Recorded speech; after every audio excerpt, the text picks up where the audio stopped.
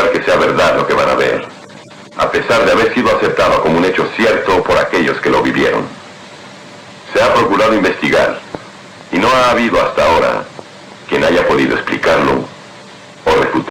En un video anterior hablé de la teoría de que el Sol pudiese ser un portal espacio-temporal. En este video hablaré de la hipótesis del Sol frío y plantearé una serie de reflexiones simples pero contundentes. Si tú no tienes la mente abierta o no estás dispuesto a reflexionar sobre teorías alternas a la oficial, entonces este video no es para ti. Dicho esto, comencemos. La ciencia oficial manipuladora oculta que el Sol realmente es frío. Yo soy Tony Hacker, te diré que, como prueba real, el espacio exterior expuesto a los rayos del Sol sin ningún bloqueo de la atmósfera es extremadamente frío, aproximadamente 2,7 grados Kelvin, menos 270 grados centígrados. El agua se congela a aproximadamente 4 grados centígrados. ¿Por qué no es extremadamente caliente? Ya que cuando el Sol es resplandeciente, en verano, por ejemplo, y no hay nubes, ¿es caliente afuera? El calor es causado por una reacción térmica entre los rayos del Sol y el aura electromagnética planetaria, las líneas de Van Allen o los campos morfogenéticos de la materia, como es enseñado en la antigua Sabiduría Arcana 1 y en el libro de Telos 2. Pregunta: si ponemos un termómetro en el espacio, con ninguna otra fuente de luz o calor alrededor y absolutamente sin ninguna radiación de fondo allí, ¿qué leería? ¿Sería la temperatura realmente fría? Respuesta: sí, sería realmente fría. La temperatura mide la energía por grado de libertad, por ejemplo, la manera en que algo se puede mover de cualquier molécula que pueda estar por ahí. De hecho, se pone tan frío que las moléculas hasta se paralizan, entonces esta es la temperatura de cero absoluto. En la escala de temperatura Celsius, por ejemplo, el agua se congela a 0 e hierve a 100. Esto sucede a menos 273 grados Celsius. Usualmente usamos la escala de temperatura Kelvin, en donde el 0 Kelvin es esta temperatura de cero absoluto o menos 273 grados. El agua se congela a más 273 grados Kelvin y el agua hierve a más 373 grados Kelvin. Si pusiéramos un termómetro en el espacio más oscuro, con absolutamente nada alrededor, primero tendría que enfriarse. Esto podría tomar un largo tiempo. Una vez que se enfriara, leería 2,7 grados Kelvin. Esto es a causa de los 3 grados de radiación de microondas de fondo. No importa a dónde usted vaya, usted no puede escapar de ella, está siempre allí. Respuesta de Jonathan Kiegen, astrónomo de alta energía. Usualmente los iones y electrones en el espacio están íntimamente mezclados en una sopa que contiene cantidades iguales de cargas positivas y negativas. Tal mezcla es conocida como plasma. En muchos aspectos se comporta como un gas, pero están presentes fuerzas eléctricas y magnéticas. Las propiedades adicionales se ven claramente, bastante diferente de los gases ordinarios. La ionosfera de arriba de nuestras cabezas es un plasma. A diferencia del aire, conduce electricidad y, de hecho, la ionosfera en las regiones polares lleva grandes corrientes eléctricas. La conductividad eléctrica de la ionosfera, a diferencia de la de los metales o el agua de mar, es muy influenciada por el campo magnético de la Tierra.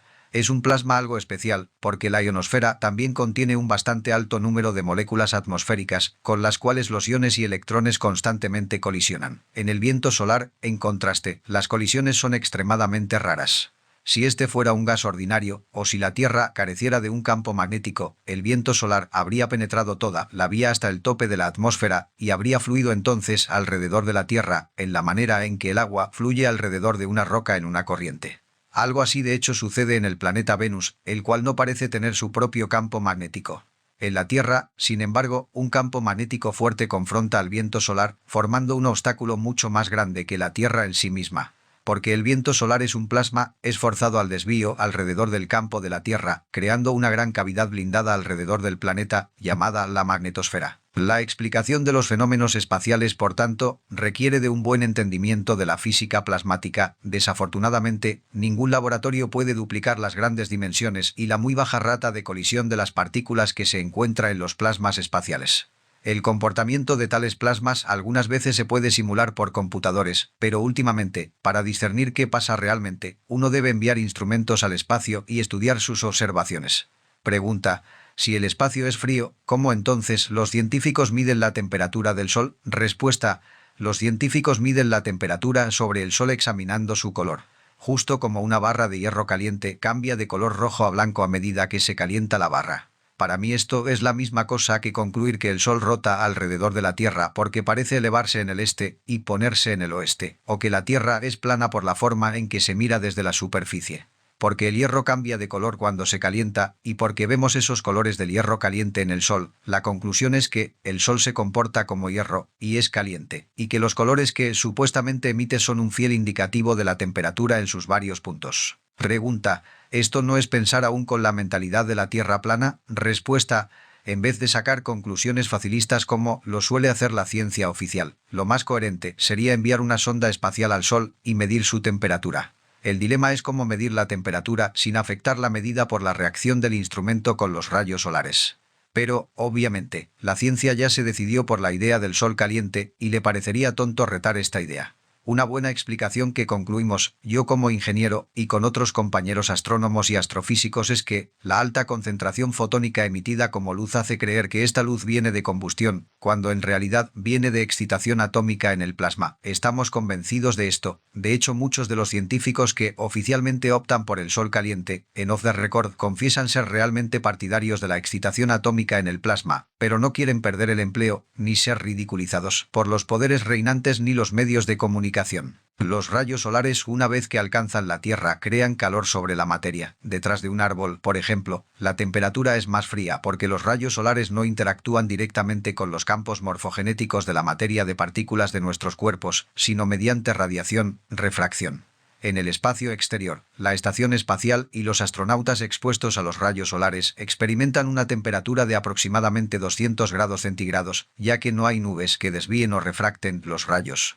En el lado oscuro, cuando la Tierra está entre los astronautas y el Sol, la temperatura tremendamente fría. Como he dicho anteriormente, la ausencia de otra materia hace menos posible la refracción. En un sentido se entiende que se concluya que el Sol es caliente ya que es la fuente de energía para nuestro planeta, y cuando se levanta en el este la temperatura de la superficie de la Tierra expuesta al Sol se incrementa como resultado de recibir los rayos solares, y se enfría a medida que el Sol se pone en el oeste. También si estamos cerca a un horno sentimos el calor y los colores del fuego se ven como los colores del Sol. Esto nos mueve a la obvia y lógica conclusión de que el Sol es caliente como una caldera. Irónicamente, pensando de este modo, por observación empírica, la gente del pasado creyó que la Tierra era plana o creó el concepto de un universo geocéntrico. Pero lo que parece obvio puede no serlo, y de hecho, en este caso no lo es. La transferencia de energía se produce por ondas de radiación térmica como en la combustión, o por ondas electromagnéticas frías como en la radiofrecuencia. El Sol destruiría obviamente un satélite que se acercara mucho a su superficie, no por el calor sino por la alta radiación de ondas, rayos gamma, alfa, X, cósmicos, ultravioleta, visible, IR, etc. Una persona no debería meter su mano en un plasma de gases no porque se queme, sino porque la alta radiación le puede dañar la mano. La interacción entre los campos morfogenéticos de la Tierra y de cualquier cuerpo celeste, así como la materia de los seres animados e inanimados y las radiaciones solares son responsables del calor. Hablando de manera precisa, el Sol no es ni frío ni caliente en su estado estable, ya que es plasma y sus radiaciones no son ni frías ni calientes. La temperatura de este plasma es afectada por leyes termodinámicas, pero comparativamente hablando a los millones de grados que se le atribuyen a su superficie, esta es realmente fría, sin embargo no de un frío congelante. Yo amo la ciencia y la tecnología, pero lo que me disgusta es la posición engreída y controladora de la ciencia oficial establecida, que entierra su cabeza en la arena cuando se confronta con algo que no puede explicar. ¿Han visto una posición y trabajo científico sobre los círculos de cosechas de Inglaterra y alrededor del mundo? Solución al problema: si no se puede explicar, ignórelo.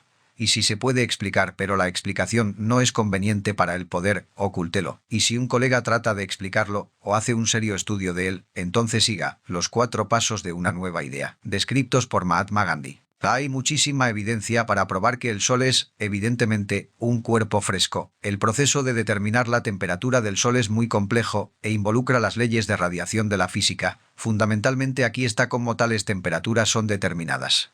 La radiación del cuerpo por centímetro cuadrado por segundo multiplicada por la temperatura efectiva del cuerpo al cuádruplo es igual a la tasa de radiación al cuádruplo multiplicada por la luminosidad del cuerpo dividida por su diámetro al cuadrado. Resolviéndola para el Sol, uno llega a un promedio de 5.900 grados absolutos. La matemática involucrada está de acuerdo, pero los astrónomos basan sus cálculos sobre 2 suposiciones. Primero, ellos asumen que el Sol es un cuerpo perfecto radiante. Segundo, asumen que el Sol está radiando calor. Esto es porque creen que el calor sobre la Tierra, y también como el calor sobre otros cuerpos planetarios, viene directamente del Sol. La gente siente el calor cuando están paradas a la luz solar, así que dicen que el Sol debe ser una masa quemante radiando ese calor.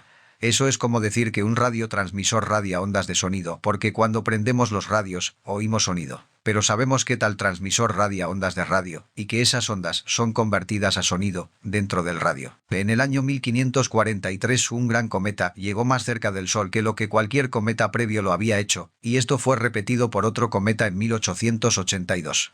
Ellos entraron en la corona del Sol realmente, que se supone tiene una temperatura de 1.000.000 de grados absolutos. Estos cometas viajaron por más de 1.000.000 de kilómetros a través de esta corona supuestamente abrazándose, y emergieron ilesos, sin cambio alguno de velocidad o dirección. Si el Sol es un calor radiante, ¿por qué estos cometas instantáneamente no se desintegraron al entrar a un tremendo calor de 1.000.000 de grados absolutos? De seguro, nada podría sobrevivir tales temperaturas. Los astrónomos nos han dicho que el planeta Mercurio está desprovisto de vida porque está a solo 36 millones de millas del Sol. Nos han dicho que, si Mercurio estuviera más cerca, se hubiera convertido en nada hace mucho tiempo. ¿Cómo es que entonces los dos cometas sobrevivieron, sin al menos mostrar algunos efectos de su viaje a través de la corona del Sol? Debemos concluir que la respuesta es que el Sol no irradia calor, por tanto, no puede ser ningún tipo de cuerpo supercaliente. Las manchas solares y prominencias han dejado perplejos a los científicos por años. Sin embargo, ellas son parte del mismo fenómeno. Las manchas solares y las prominencias son manifestaciones de la actividad auroral del Sol como se ve de diferentes ángulos. Nunca han fotografiado las prominencias solares excepto al borde del Sol. Las prominencias toman la forma de, o aparecen como, manchas solares cuando se ven sobre la cara del Sol. La forma y particulares de las prominencias no puede observarse a menos que la luz del Sol se bloquee. Estas prominencias no son gas hidrógeno supercalentado, porque su mero comportamiento prueba lo contrario. Ellas se comportan como fuerzas y no como elementos tales como gas, etc. El calor y la luz son efectos de los rayos positivos del Sol. El calor es sentido sobre la Tierra porque los rayos positivos del Sol se interceptan con su atmósfera y corteza negativas, causando una fricción o cambio en la calidad del movimiento de las partículas, dando radiación de calor como un resultado de esta fricción. El efecto de los rayos del Sol en la atmósfera de la Tierra es también responsable del fenómeno de la luz visible que resulta de una diferente clase de movimiento de partículas. Los ojos son sensitivos solamente a los rayos luminosos positivos reflejados de la sustancia negativa, entonces la luz es una interacción de fuerzas positivas y negativas. El Sol no envía calor y luz, no obstante es responsable de su manifestación sobre la Tierra. El Sol envía solamente líneas positivas de fuerza que interactúan con la corteza negativa y la atmósfera de la Tierra para producir el fenómeno del espectro electromagnético, que incluye calor y luz. La ciencia ha explorado la alta atmósfera de la Tierra y encontrado que 60 millas por encima de la Tierra se requiere luz artificial y 90 millas por encima de la Tierra es oscuro como una brea. Entre más alto vayamos se torna más frío, así que vemos aún por lógica que el calor y la luz no vienen del Sol. Solo las líneas de fuerza vienen del gran cuerpo del Sol. Entre más alto vayamos se torna más frío, así que vemos aún por lógica que el calor y la luz no vienen del Sol. Ya que la distancia de y la cercanía al Sol no tienen nada que ver con el hecho de que un planeta sea cálido o helado, podemos inmediatamente entender que todos los planetas de nuestro sistema solar tienen medianamente el mismo clima. Las civilizaciones más antiguas de nuestro planeta dijeron que el verdadero color del Sol es el azul, y es interesante pensar que la nota musical que corresponde a dicho color justamente es Sol. Por todo lo expuesto aquí, no es nada descabellado que el Sol pueda ser un verdadero portal estelar, utilizado durante milenios por civilizaciones avanzadas de nuestra galaxia para recorrer años luz en minutos. Pueden entrar y salir del Sol porque no es supercaliente, es frío y de naturaleza electromagnética. Yo sé que es difícil para algunos digerir esta teoría, pero yo estoy convencido de que es la verdadera naturaleza del Sol, por todo lo anteriormente expuesto. Sin más me despido desde Caseros, Argentina. Chao y gracias.